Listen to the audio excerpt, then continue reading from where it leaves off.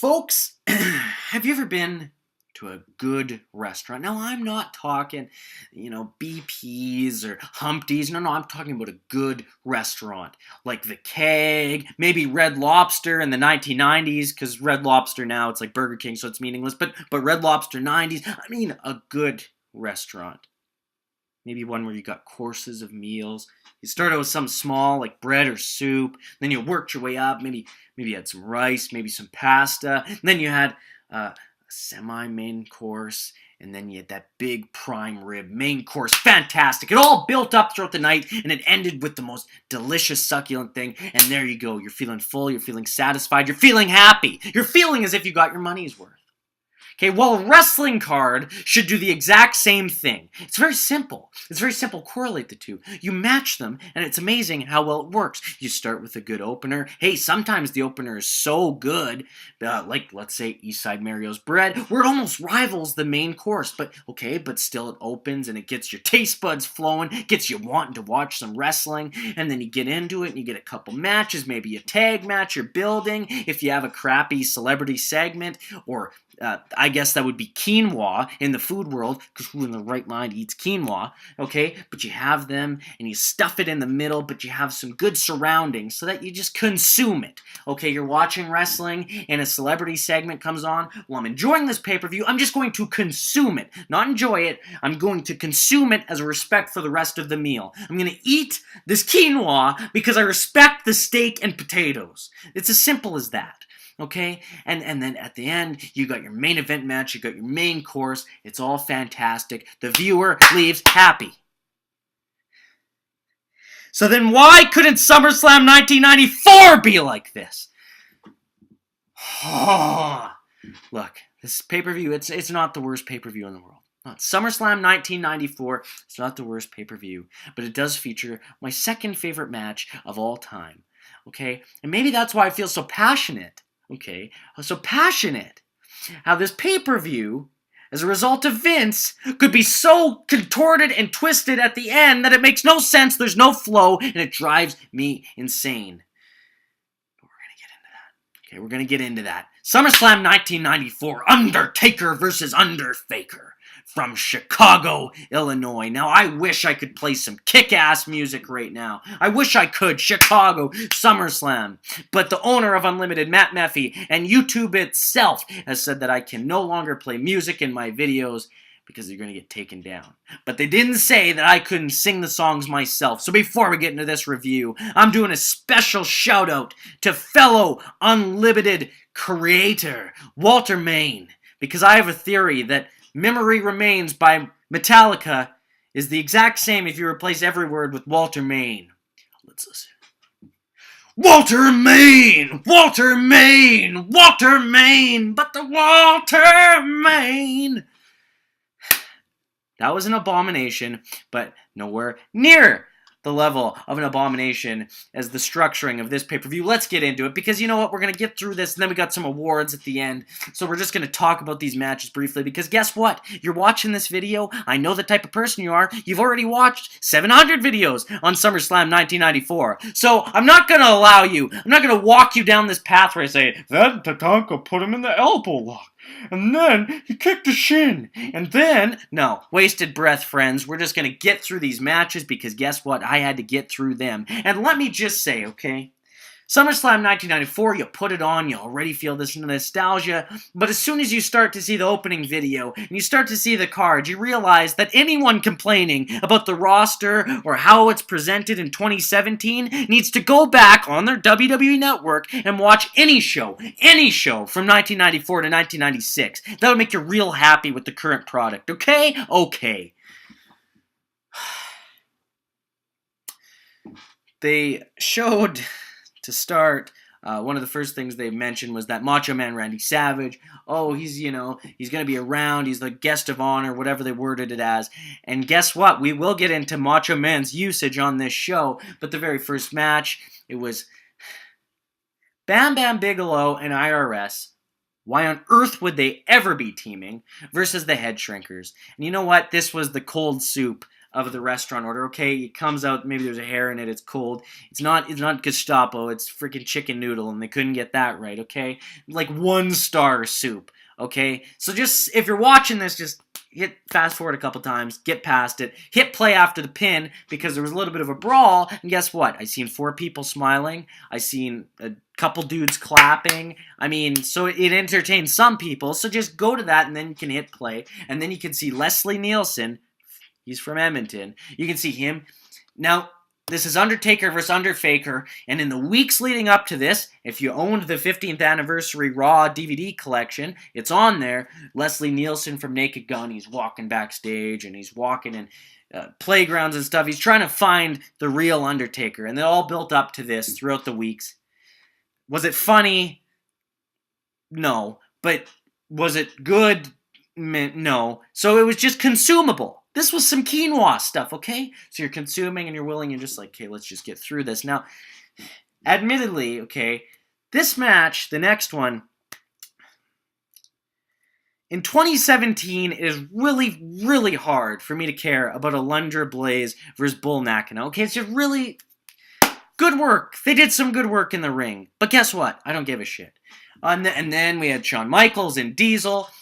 These two are still the click, they're teaming. You know, this is fresh off of WrestleMania 10, so he's his bodyguard. You got that versus Razor Ramon, accompanied by Walter Payton. Walter Main! Yes. Anyways, they're related. They look identical, I'm telling you. Look up Walter Main on Facebook. Look up Walter Payton. They look identical. This match, pretty good. Pretty good. You know, Diesel, Shawn had great chemistry together as a sort of scheming asshole heels, and Razor Ramon was real hot as a face at this time. They just came off that WrestleMania 10 ladder match. This was a good match. This was a really good match. And Diesel and Razor Ramon facing each other, they always had good chemistry when they worked together. Even in the ring, mic skills, but even in the ring. This is like a 3-star match. Okay, this is your pasta. This is your pasta in the meal course. This is a good time. Okay, you're getting some starch. And then, you know, and you're thinking, yes, the next thing I'm going to get is a couple little things that are just going to be perfectly line me up for the main course. Okay, but instead what happens is the chef craps on the plate and brings it out to you, and instead of eating that, you take to drinking, because that's the next 2 matches on this card. Tatanka versus Lex Luger. Who cares? Tatanka, he was alright. Lex Luger, awful piece of shit. In the ring, and probably outside of it. I don't know. Jeff Jarrett and Mabel next. Jeff Jarrett and Mabel. Jeff Jarrett and Mabel. That match doesn't even deserve for me to tell you who won it. Okay? Just based on the talent in that match. Okay? You tell me that you get to watch on SmackDown every week Becky Lynch, and you got Charlotte on there, and you got Dean Ambrose, you got Kevin Owens, you got AJ Styles, you got Nakamura. If you mean to tell me for 1 second that any of those are worse than Lex Luger versus Tatanka, and then Jeff Jarrett versus Mabel, bite me. Search for The Undertaker continues. And then this is where, right up here, we got the Harts interviewing. Bret Hart gives a killer interview. I'm telling you, he could give a good promo when he damn cared. And in this, he did. This is his first big feud with his brother.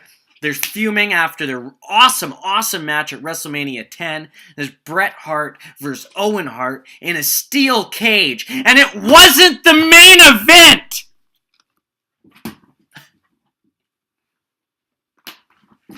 It wasn't the main event. Ugh! Why? Why? You've seen how good of a match they had at WrestleMania 10. You've seen the chemistry they had. You know that the fans, this was the hottest thing going in 1994. I don't care about how many Leslie Nielsen showed up on Raw. Bret Hart versus Owen Hart. Bret Hart versus Owen Hart. It's perfect booking. Owen was so good at this time. Bret was at his peak. God damn it, man. Just like 3-4 months earlier than this, I was named Bret because of Bret Hart winning the belt at WrestleMania 10. Fact. And this was so good. And you know what?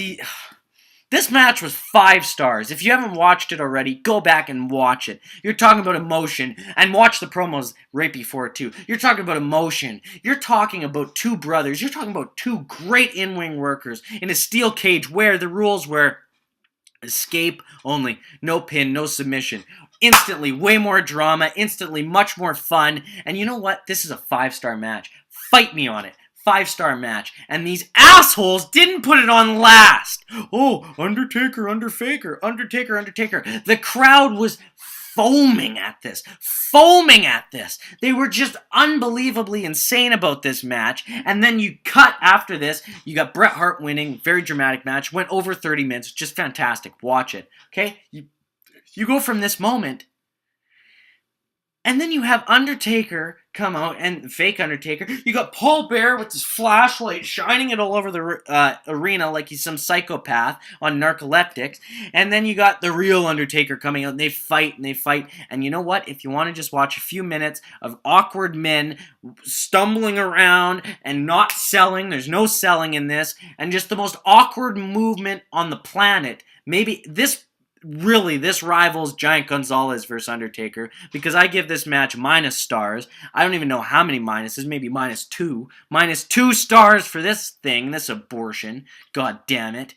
Undertaker versus Undertaker. Oh my god. Don't even watch it, because they just fumble around. In 1994, and you know what too? Actually, sorry. You know what too? The crowd went from being so hot for Bret winning to just sitting there like, during this match. You can hear it. Actually, do watch this match to listen to the crowd, because you'll never hear anything like it. There's like a couple people that are like, yeah, and then the rest are just, because it saps your brain. And they chose this. They chose this to be the main event. They chose this to be the main event over Bret Hart versus Owen Hart in a steel cage. Unbelievable. But it's funny. If you watch the pay-per-view and then you just end it after Bret versus Owen, it feels a lot less worse than sitting through this. That's like if you're in your main course, you got a prime rib steak, you're like, wow, this was great. And then they served up a rotten egg after and forced you.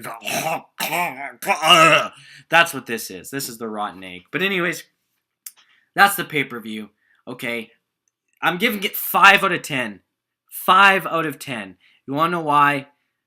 There's not really much reason, but okay, Razor Diesel, they were pretty good. They're worthy for 1. And then Bret Hart versus Owen for 4. Because the rest, you don't even really need. You know, I don't want to disrespect the workers, but it's not. You don't need to watch it. So it's time for awards. Okay, awards. This is a piece of a vacuum. This is what sucked the most.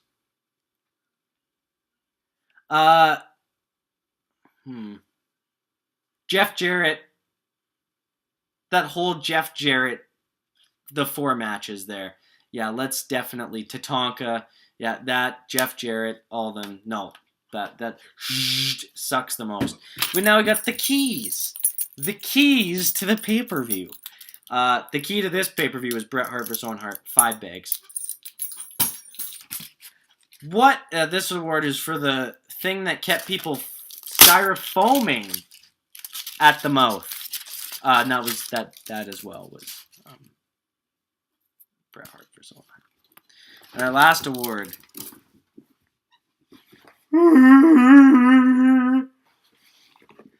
The bullshit award for the most bullshit on this pay-per-view. And that's a hard one. And you know what? I was going to say the order of the final matches, but I've talked about it so much. The biggest bullshit was the misuse of Randy Savage. And this ran rampant right before, in the months leading up to Macho Man Randy Savage's departure from the company, because they just didn't use him. They just left him on the side, and, oh, you can be the guest of honor. No wonder he left 2 months after this. He did leave. He left 2 months after this, and he went to WCW. As a very big Macho Man Randy Savage fan, that disappoints me greatly. And so did this pay-per-view, minus that match. 5 frickin' stars. Watch that. Don't watch anything else. Thank you for Unlimited.